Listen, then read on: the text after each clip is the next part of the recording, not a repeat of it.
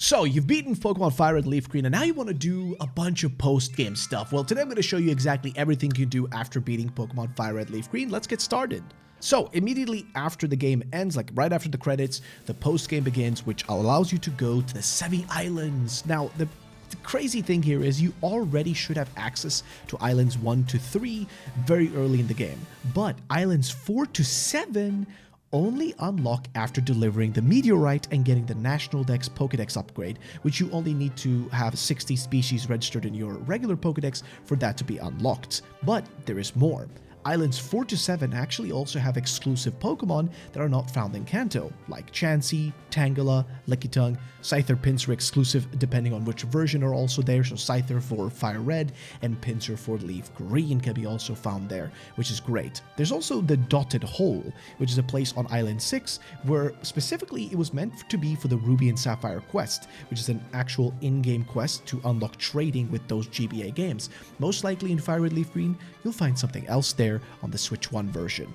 However, that's not all. There's also the Tanobi Ruins, which is 7 chambers with wild unknown. So unknown, it's an unknown Pokemon. You guys know how it is. So if you want to collect all of them, well, guess what? This is one of the most hidden things in this game, and if you go and find it, you'll be able to get your hands on all of them. But it's not the only thing. There's also the Altering Cave. Now, the Altering Cave was originally meant to be the place you went to get Mystery Gift event Pokemon, and it might actually have a similar purpose. Again, normally it only has Zubats in it nowadays, but who knows? Maybe give it a shot. Check what's there. You might find something interesting. There's also some content you most likely missed, but it's actually worth going to now. For example, Cerulean Cave. See, Mewtwo is sitting at the end waiting for you at level 70. It's arguably one of the most iconic post-game legendary encounters in really all of Pokemon. It's a classic, so you gotta go and do it. But it's not the only one. You also have to revisit Seafoam Island. And why is this? Well, baby, Articuno is waiting for you. If you skipped getting it earlier on, this is the time to go and get it. But it's not the only legendary bird. If you go to the power plant, you can find Zapdos. Yes, Zapdos will be waiting for you at the power plant. If you want to go get Zapdos, do it right away as soon as you're able to, because it's a cool Pokemon. But it's not the only one. There is still some other stuff to find, like for example, at the Victory Road, or well, basically the Mount Silver equivalent areas. In this case, I think it's Mount Ember. Moltres is inside of it on Island 1. So yeah, the 3 legendary birds can be caught. If you haven't already caught them, it's definitely the time to do it. But there's also more. For example, the Safari Zone expansions. So yeah, once you are in the postgame, some Pokemon only appear in specific areas here, so you will get some extra stuff there too. But you guys think we're done? Well, listen, we've already talked about some of the legendaries like Articuno on Seafoam Islands, bottom 4th floor, Zapdos on the power plant, Moltres on Mount Ember, Island 1, post-game exclusive location, easy to miss, baby. But there is more, right? We do have some Pokemon that you're not going to find the normal way. Like, for example, Deoxys. It can be found on Birth Island, but requires the Aurora ticket, which is an event-exclusive item in the original games, but there will be a way to get them in these games, and I'll have a whole tutorial on the channel for how you can find them. But guess what? Deoxys isn't the only thing. You should also remember that it is a version-exclusive Pokemon. And what I mean by this is, if you want to get Deoxys Attack Form, you have to play Pokemon Fire Red. But if you want to get Deoxys Defense Form, you have to play Pokemon Leaf Green. But is there more?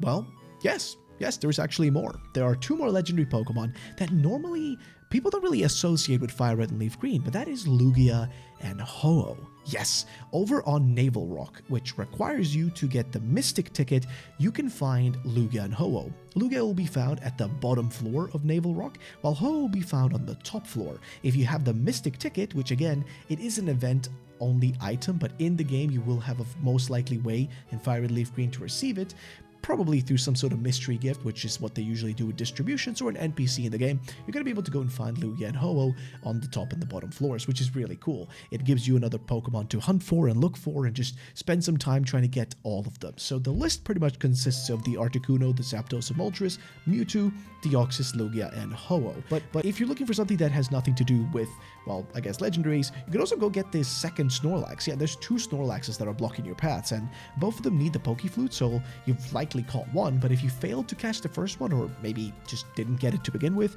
maybe you want to get it now. Well, guess what? There's another one waiting for you on a different route, so go look for that fella. But there is, of course, more things to do than just catch legendaries and check out the amazing post-game on the Sevy Islands. There is also shiny hunting. Yes, in FireRed LeafGreen, the shiny odds are pretty stacked against you, but that actually makes it maybe a little bit more fun and satisfying. See, the odds are the base 1 in 8,192, and nope, there is no shiny charm. There is no Masuda method. There is no sorts of method that is worth giving you right now that's going to be worthwhile. You're just going to have to pure raw dog grind this. There are a few hunts you can do that are a little bit easier than others. Some can be much harder than others. Like if you're doing Safari Zone hunting, I'll tell you right now, it can be really, really annoying because you have the limited time and there's a lot of things that make it much worse for shiny hunting. But there are things like random encounters, which is just a classic. Pick an area, walk in the grass, and guess what? You might get something you want. Of course, there are other Pokemon. Eevee, you know, you can try to soft reset for, and the starters you can try to soft reset for. But again, there's some other stuff too. Soft resetting for legendaries, Mewtwo, the birds, Deoxys, Lugia, etc. If you have the event items, again, if you want to soft reset, that's something as well. You can of course do, like I said, the starters as well. So Bulbasaur, Charmander, Squirtle at the very start is a very popular like reset to do. So if you want to do that one, you can do that too. You of course have the gift Pokemon like Lapras, Eevee, the Hitmonchans, right? Hitmonlee, Hitmonchan. You can get those guys as well. And Magikarp, of course, at Mount Moon the Merchant, in case you want to reset for those. But guess what? It's not the only thing. There is, you know, obviously other ways to also shiny hunt. Like, for example, I'm not even kidding when I say this, the Game Corner. Yes, the Game Corner is basically like this little casino of sorts, which you can go to, and basically, you can purchase specific Pokemon using the Pokecoins from there, and one of those is Abra. And there's a quick way here to specifically shiny hunt for Abra by just buying a bunch of them, or saving right before buying them, then buying them, checking if there's a shiny. If there's not a shiny, you soft reset and buy them again, because it will be different Pokemon given to you with every single purchase, specifically the Abras. But yeah, that's a few of the methods you can do for shiny hunting in the post game. But what else is there to do? Well, guess what? There is a battle tower. You can access it via Island 7. The trainer tower, actually, in FireRed LeafGreen, has the trainer tower, not the usual battle tower, which I think is worth noting here. It's kind of a timed battle gauntlet with 4 modes. You got single, double, knockout, and mixed. You can also, of course, do Eevee training. Gen 3 is where Eevees became more understood, of course, and you've got some good spots. You got the Cerulean Cave. You got Slowpokes there for special attack and the Cycling Road for speed. You got move tutor locations, for example, on one island has move tutors for moves like Seismic Toss, Mega Kick, etc. Of course, it will cost you a little bit, so maybe you're gonna have to, you know, spend some time to grind for that. And of course, I can't forget completing the Pokedex. Yeah, obviously, the big end game grind for you is gonna be completing that National Dex. Of course, you have the usual stuff you gotta do, which is trade evolutions, so Haunter to Gengar, Machoke to Machamp, Graveler to Golem, Kadabra to Alakazam. These are gonna require you most likely to play with someone else, or either have both copies or have 2 consoles to trade between yourself and play both versions. And of course, like I said, there are the version exclusives as well, like FireRed getting Ekans, Arcanine, Electabuzz, Scyther, Wooper, and LeafGreen gets things like Sandshrew, Vulpix, Magmar, Pinsir, Meryl, etc.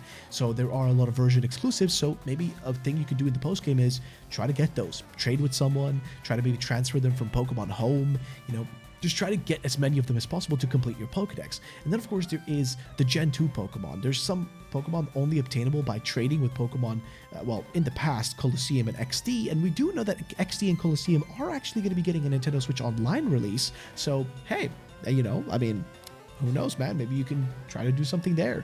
But of course, there's also Gen 3 Pokemon. You can try to get as many of those as possible. But yeah, completing the Pokedex gets you the diploma from the Game Freak office in Celadon, so it's definitely worth doing.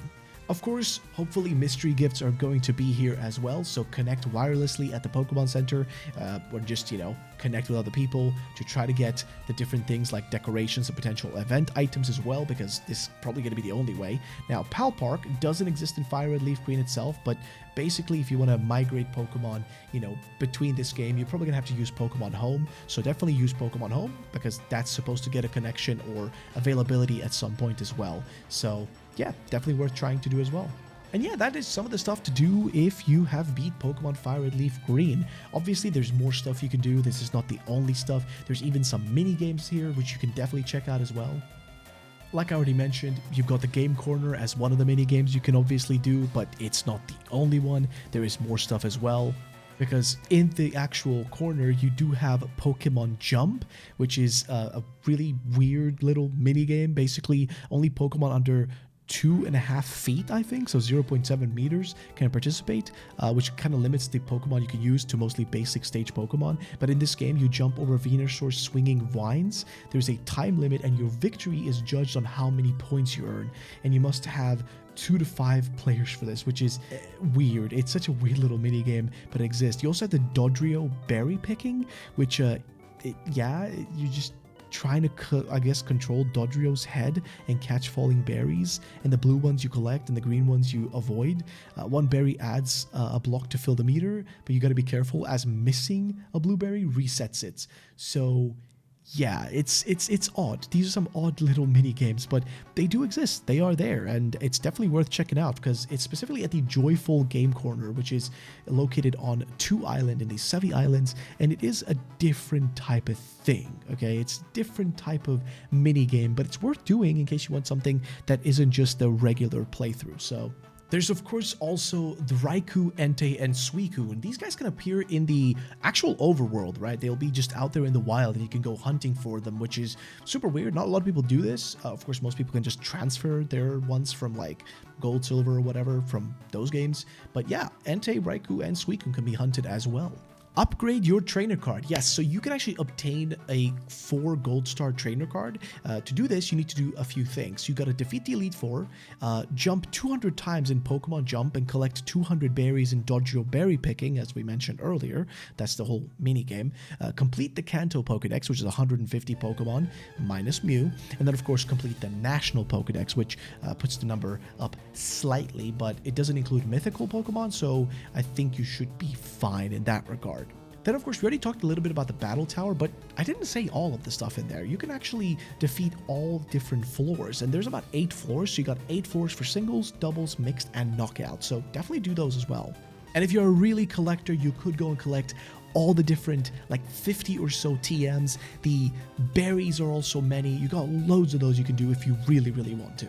And I spoke a little bit about like in-game gift Pokemon, but you could also try to go get your hands on pretty much all the different in-game trades, because you can trade for Abra for Mr. Mime, trade Nidoran male or female for a Nidoran female or male, so vice versa. You can trade a Nidorino for a Nidorina. You can trade Slowbro for Golduck, Slowbro or Golduck for a Lickitung. You can trade, of course, Poliwhirl for Jinx. You can trade Sparrow for Farfetch'd. You can trade Ponyta for Seal. You can trade Raichu for Electrode, and you can trade Venonat for Tangela. And of course, some of the in-game gift Pokemon are Hitmonlee, Hitmonchan, Lapras, Eevee, Omanite, Kabuto, Aerodactyl, and Togepi, which can all be obtained, which you should do as well. So, yeah, but that's going to be it for the video, guys. Hopefully some of those things will be fun things for you to try out and do. Let me know if you do any of them in the comment section down below.